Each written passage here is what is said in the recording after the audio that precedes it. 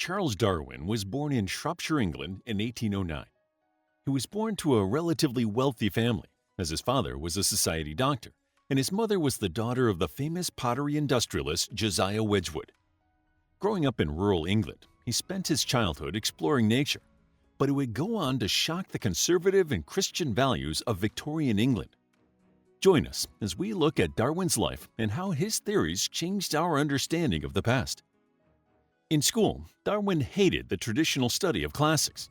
He very much preferred chemistry.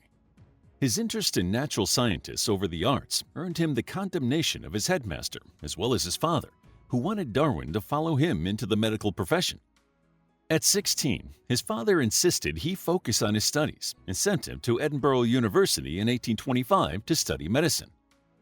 Although Darwin later downplayed the influence his time in Edinburgh had on him, at the time there was no better place for him to receive a science education. Darwin was taught how to identify rock strata, flora, and fauna, which would aid him in the future. Another essential skill he learned was how to stuff birds, and he was taught by a formerly enslaved South American named John Edmonstone at the Edinburgh Museum. At the university, Darwin was also exposed to some of the more radical ideas of the 19th century. Edinburgh University was more accepting of rebellious thinkers who would not have been able to graduate at prominent universities such as Oxford and Cambridge. These free thinkers spoke at student societies, and Darwin was fascinated by their denial of the divine design that was the currently accepted theory. He heard these dissenters argue that animals, including humans, shared the same mental faculties and saw the repercussions of voicing these deviant ideas. Darwin's interest in the natural world did not lessen while in Edinburgh, and he extended his observations to include sea life.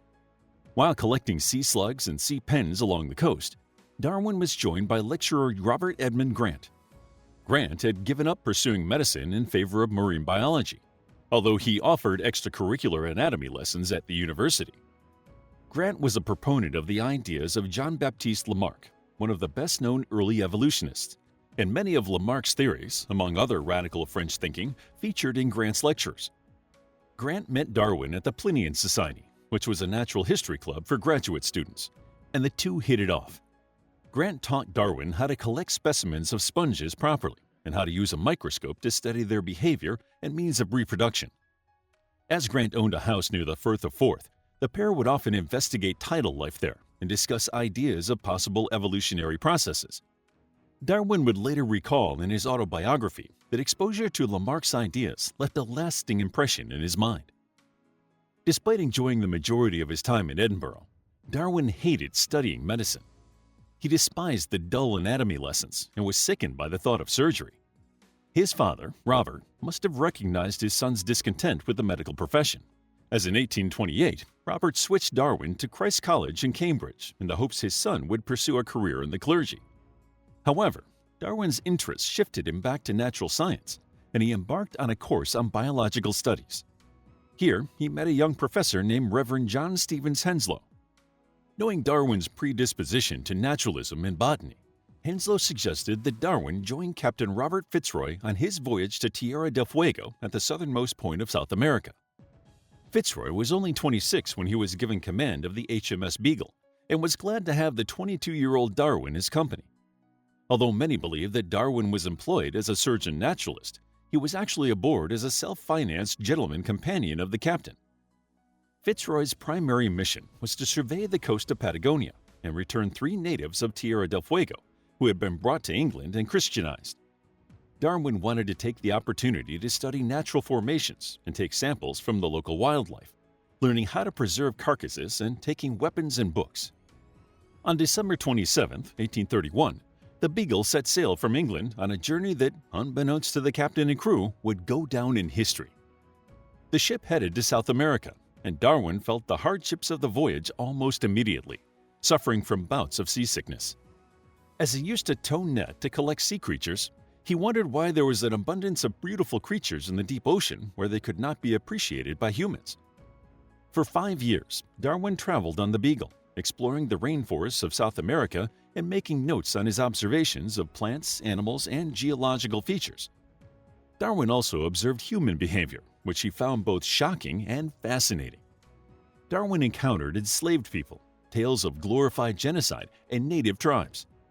He was disgusted at the depravity and violence that people were capable of, and amazed by the lives of tribespeople compared to his upbringing in England.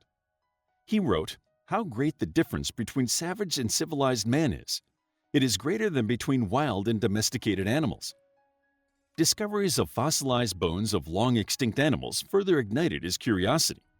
He gathered skulls, armor plates, and femurs, bringing them back aboard the ship.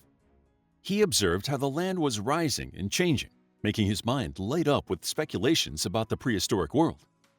In September of 1835, the Beagle landed on the Galapagos Islands.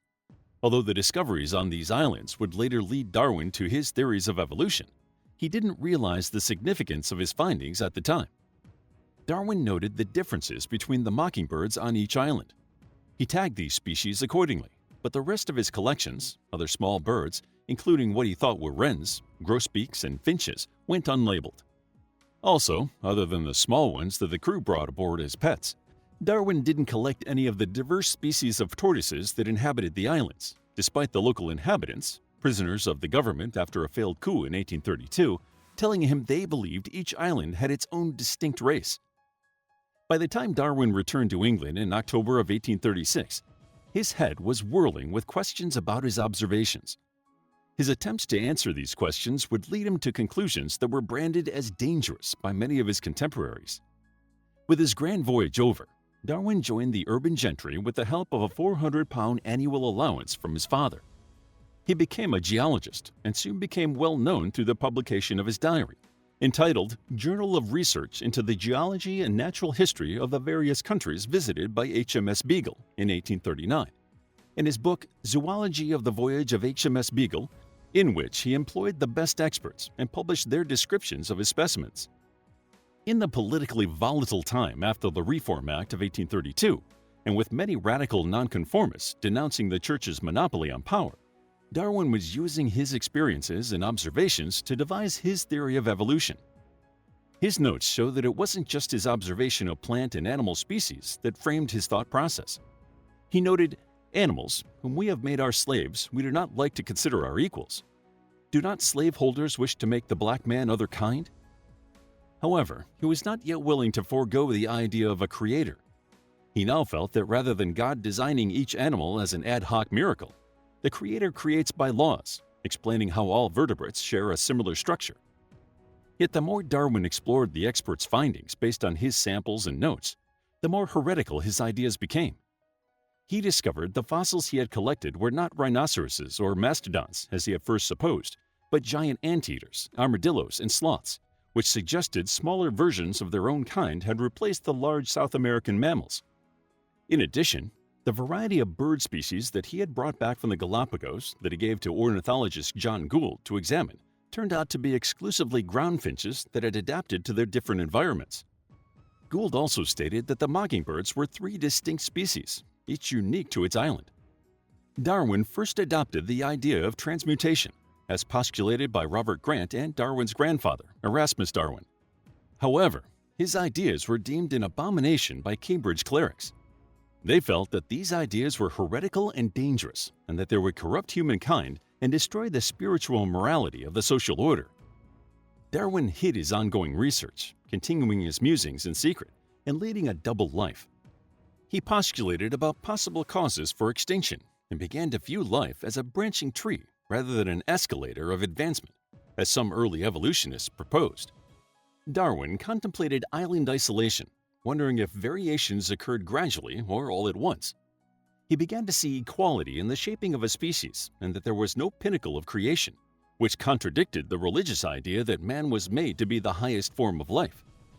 By 1837, his findings were causing him some degree of stress, and he went to the Scottish Highlands to study the parallel roads of Glenroy.